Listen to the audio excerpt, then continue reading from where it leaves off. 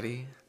So I'm inspired to share on the thought of equality. The thought of equality has come up for exploration, and it's been in my mind for a few months now. In fact, the idea of equality came up for exploration right around the time when the courts had ruled in favor of gay marriage. And certainly that was a very celebratory moment for a lot of people. And in my opinion, certainly symbolic of the mind's capacity and willingness to see beyond the fears and allow people to do what they're inspired to do, be it get married or otherwise. And so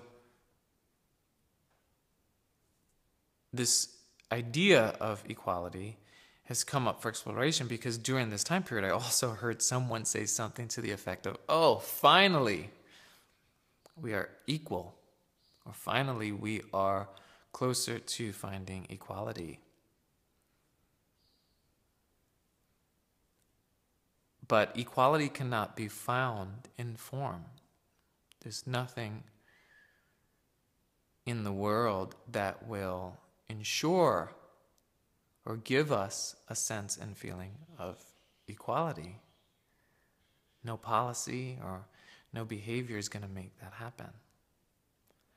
I remember when I was young, I used to always want to hang out with my brother's friends because they were older, they were teenagers. I must have been about 10 or 11 years old, and I remember trying to be a teenager. And so I would behave like the teenager, and I would, be willing to smoke pot or to hang out late. And I thought I was a teenager. I thought I had found equality with the teenagers. And one night I stayed out really late. In fact, I stayed out till the sun came up, and I went home to find my mom wide awake, waiting for me. And boy, did I get a beating. And I cried like a baby. So much of a teenager I was. I cried like a baby.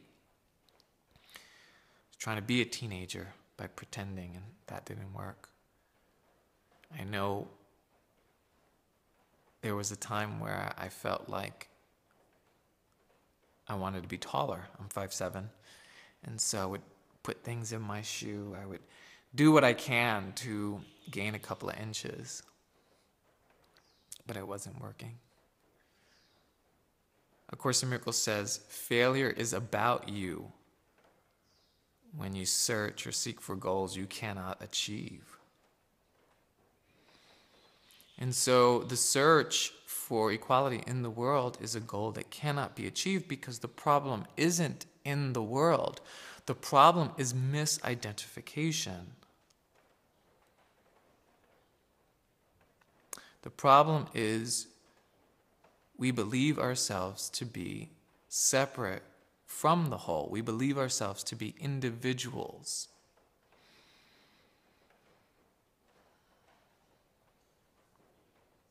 And believing ourselves to be individuals comes at a cost. And the cost, or the price we pay, is this sense of inequality.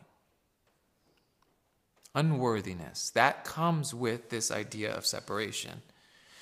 So these feelings of unworthiness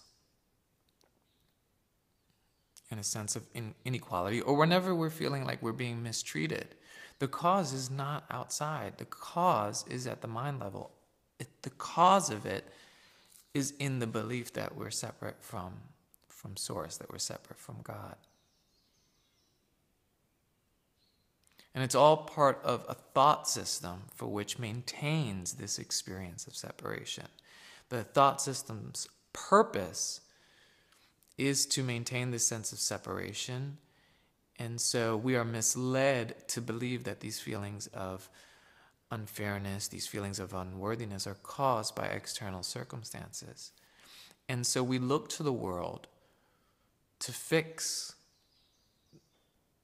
this, we look to the world to create a sense of equality as a distraction from where the real problem is, which is in the mind that has confused itself to be something separate from the whole.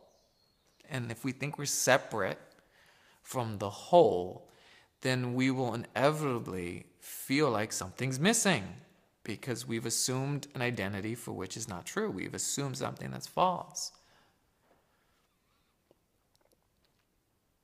And this thought system plays out in such a way that if we assume we are a separate person, and if we assume we are an individual, then the thoughts of comparison with other individuals comes into play. So if I think I'm a separate individual, if I think I'm unique, these feelings of unworthiness will appear, this sense of lack, and so we'll look outside to see what's the problem. Oh, I see other individuals who may appear happier, and I see the objects associated with these people, these circumstances. Wait, I want those circumstances because those circumstances are missing from my unique experience. So I want that, and it's unfair that I don't have it. And so there's this whole dynamic of thought that's playing out, serving the sole purpose of making us feel separate. And it keeps looking outside to solve the problem of unworthiness or this sense of being mistreated or unfair. But it's all a distraction to maintain a sense of separateness, which ultimately really isn't there. That problem of separateness is already solved. But the mind is repeating this idea of separation, and the mind is believing in it. So much so that it not only believes in this idea of separation, but it believes in this idea that there's something outside that can fix it. And so the search is outside where what we're looking for cannot be found.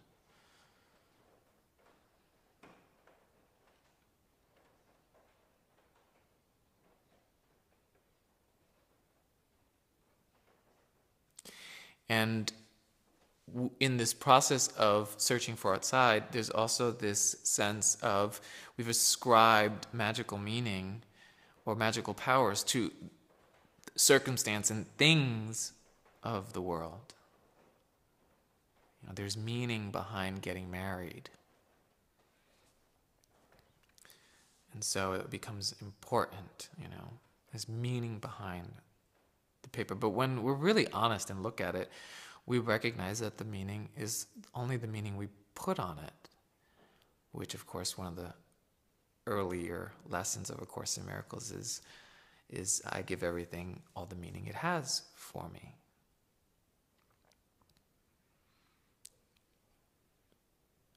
And so A Course in Miracles says you look for the permanent in the impermanence.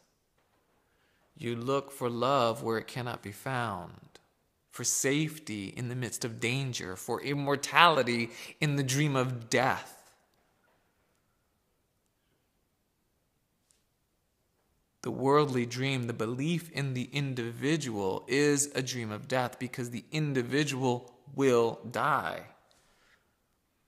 It has to die. It will age. It will be subject to disease. The body will be subject to disease. The individual will have experiences of loneliness. The individual will have experiences of heartbreak. So there's nothing that the individual can attain in the world that will fix all those problems and heal all those fears.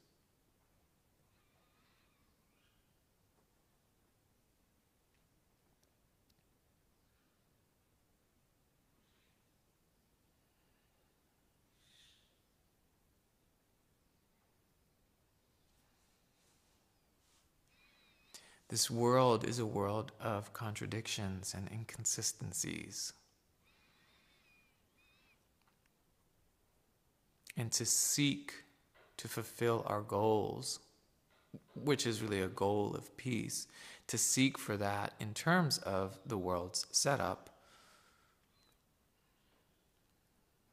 is just going to delay the discovery of what's really true about us, which is that we're whole and complete, and that we are love itself, and love is not going to be found outside, and that we are more than the body that is seemingly born and then dies. We are beyond that. We are beyond the limitations that we have of ourselves as individuals. And there's nothing wrong with being unique or individual. There's nothing wrong with gay marriage. There's nothing wrong with fighting for gay marriage. But salvation is not going to be found in those things. We're not going to find the answer in those things, the answer that we really seek. So we can certainly fight for equality, but if we do so, we are fighting, and we are therefore in the battleground, subject to attack, subject to suffering. So if we're going to do this, let's take a look at this and do this with eyes wide open. Let's do the inquiry.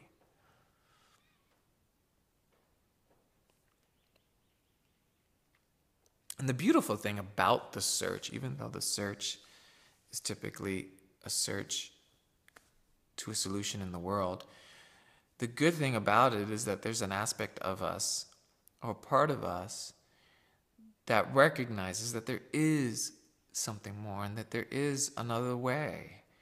And that's good news, even though the search is in the wrong place. Eventually, we will make, or we do make, the mistakes that we make, and through that process, we also get rerouted. Through our mistakes, we find correction, and we inevitably will find the truth. Our salvation is guaranteed. The question, I suppose, in looking at all of this, or the point in looking at all of this, is just to minimize the delay. It's not to make any of it wrong. It's just to minimize the delay. So we can come into the experience of equality. Course in Miracles throughout the Course is talking about our equality. But our equality is not found in form. It's not found in what changes. It's found in what's consistent. It's found in our shared will.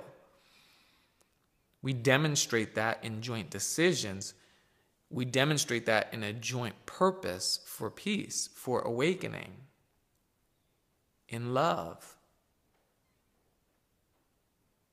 Our equality is found in love because we all share in love equally.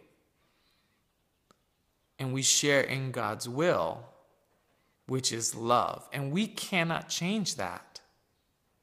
We can delay and we can pretend, just as the 10-year-old pretended to be a teenager.